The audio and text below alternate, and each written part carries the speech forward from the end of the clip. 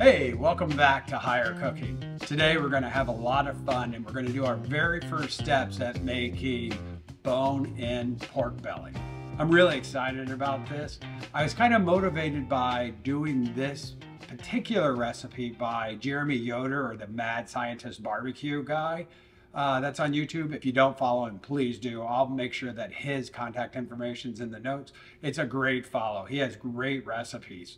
But what we're attempting to do is bone-in pork belly in the GE Profile Indoor Smoker. And this is kind of a longer process. So what we're doing starting today is we're going to go ahead and prime the bone-in pork belly by doing a good, quick, wet cure. And for a wet cure today, it's going to be very simply brown sugar, kosher salt, and pink salt. You can find this on Amazon. I'll make sure there's a link so you can have this. This is the curing salt that's really going to add that bacony flavor to our pork belly. If you don't do this step, what you're basically doing is just cooking pork belly and smoking it like a traditional like baby back rib and pork belly. By adding this step, we're actually curing it to make it more of a bacon profile taste. So I'm pretty excited about it. Steps are quick. We're just going to begin the curing phase today, and then we'll follow up with the rest of the video. Okay, so what we're going to start with now is 8 ounces of brown sugar that we're going to put into boiling hot water. There's 6 cups of hot water in this, so we're trying to dissolve this. And what we're going to try to do is completely get rid of this, and we're going to combine this, the brown sugar, the salt, and the curing salt together in this amount of water. And then we're going to use around 1 gallon of water total to do our entire cure. So I'm going to start with the brown sugar. And make sure that you add this kind of slowly in.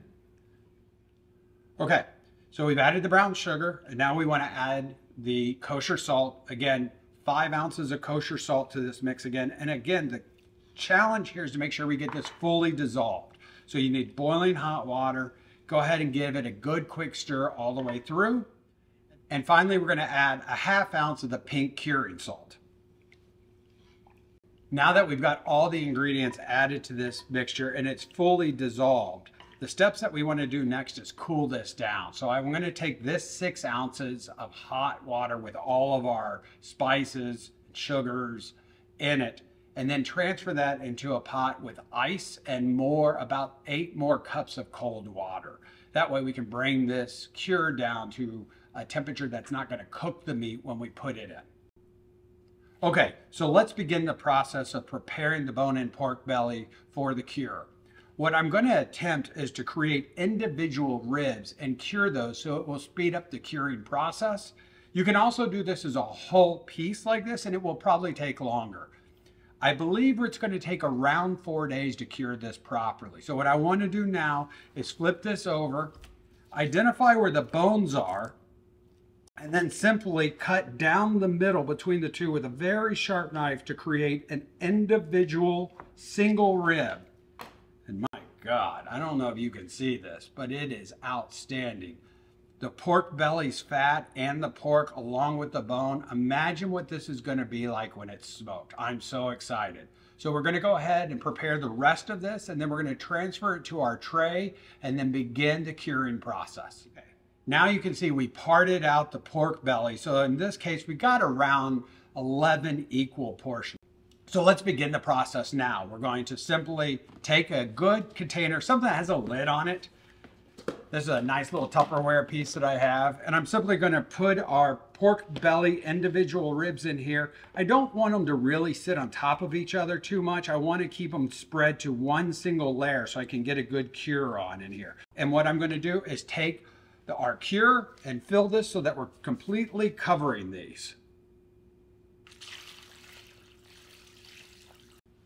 Okay, now you can see we have these actually fully submerged in the cure. So very simply, we're going to take this, put it in, and into the refrigerator for the next 4 days. We've now pulled our bone-in pork belly out of the fridge. It's in its cure right now. We need to remove the individual ribs, pat them dry, and then apply our rub. From there, we're going to go into the GE Indoor Smoker at about 200 degrees for about 4 hours, and then we will crank it up to about 300 degrees, 275 to 300 for another couple hours to really kind of break down and render that fat. So let's get these out of the cure and start to get them prepared to go into the smoker. Wow, you can really see how the cure has set in. What was a more bright red is now actually, you can see it just really stroked it. Man, the marbling on this piece of meat is amazing. Just the marbling inside of the pork itself is going to be amazing. That fat from the pork belly, I'm telling you, this is going to be one of the most fabulous bites of food you've had. So we're going to go ahead and get these out of the cure and get them ready to be patted dry and prepared for our smoker. Okay, now what we want to do is just pat these dry with a paper towel to remove some of that moisture, and then we're going to go ahead and apply our rub.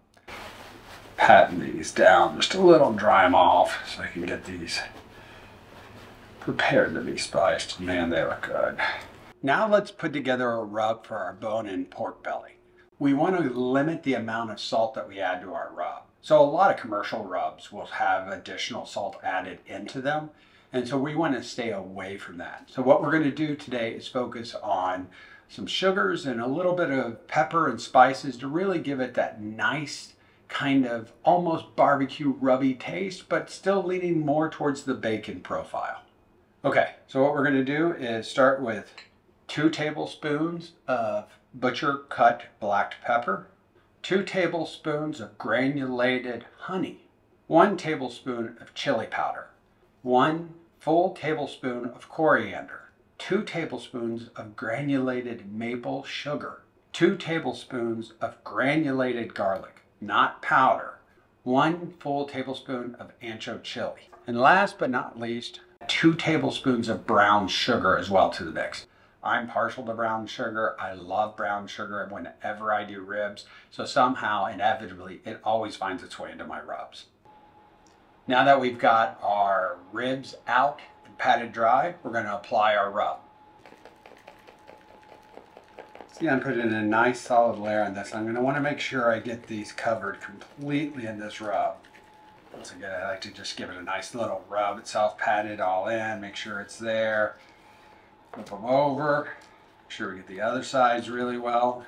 Rub them all in and get these covered as much as we possibly can. We want to make sure that we're getting every bit of these covered in that beautiful rub. So in this case, I want to make sure I hit that top of that pork belly extra hard to make sure I get a great coating on it as well, because that's when you bite into that, you're going to feel that crispness as you go through that first bite and that kind of candied caramelization almost on these ribs, because we've added so much sugar to these.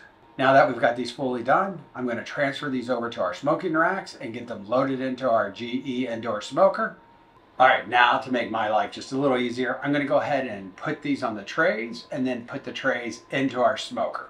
Whenever you're smoking a meat, especially a thick meat like this, where we're really trying to build a good crust on it, let's make sure there's plenty of air around each of these individual ribs so that the smoke can fully cover the individual piece. If you'll notice, I'm also putting the thicker cut ribs on the same tray because I want to make sure I'm cooking them relatively at the same pace. So the thinner cut ones will go on a separate tray. Since this is our indoor smoker and it's stacked, we don't have as much length, but we have more depth. So what I'll probably do is spend about 2 hours on the initial smoke, pause it, clear the smoke, move the trays around, and then resume the smoke for another 4 hours. So let's get these into the smoker.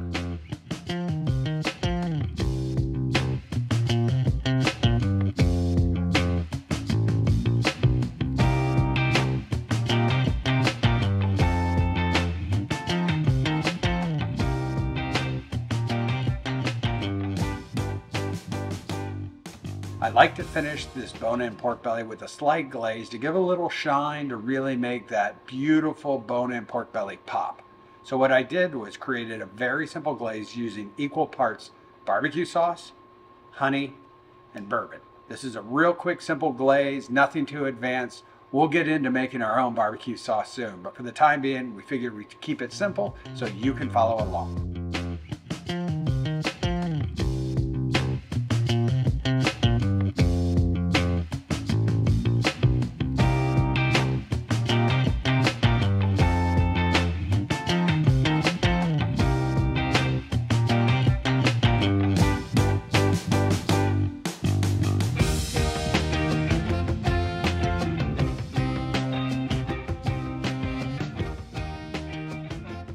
The oven just sounded its alarm to let us know that the internal temps had reached 190 degrees.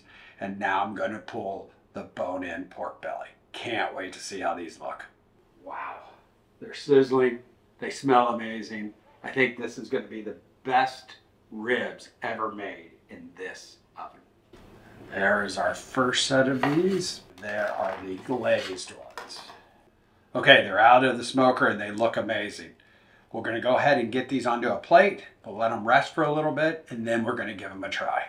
So let's see if these actually live up to the expectations we've set.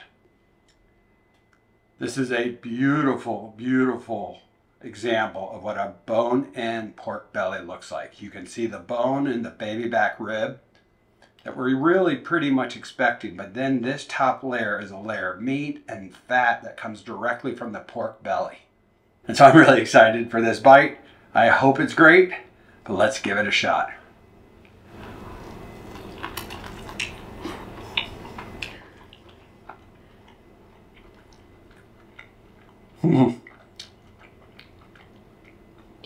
My God, that is the best bite of food I've had in years. The idea that the rib is piggybacked by pork belly, rubbed in this amazing rub, and the smoke flavor that's been imparted to this, it's almost impossible to believe that this came from an indoor smoker, to be honest. I am thrilled. I have to have another bite. Oh my God. If you can see the juiciness that's coming out of here, oh my God. It's like the best rib ever made. Oh, this is fabulous. I cannot wait to share these with my friends. I hope you took time to watch this video and understand, because this is the best thing I've made in years. I hope you really enjoyed this recipe. I'd love to hear your feedback, so if you have any comments, please drop them below. Any tips or ideas to make this even better, I'm all ears. Thanks for watching the video. I hope you like the channel and will subscribe and join us on our adventure at better and higher cooking.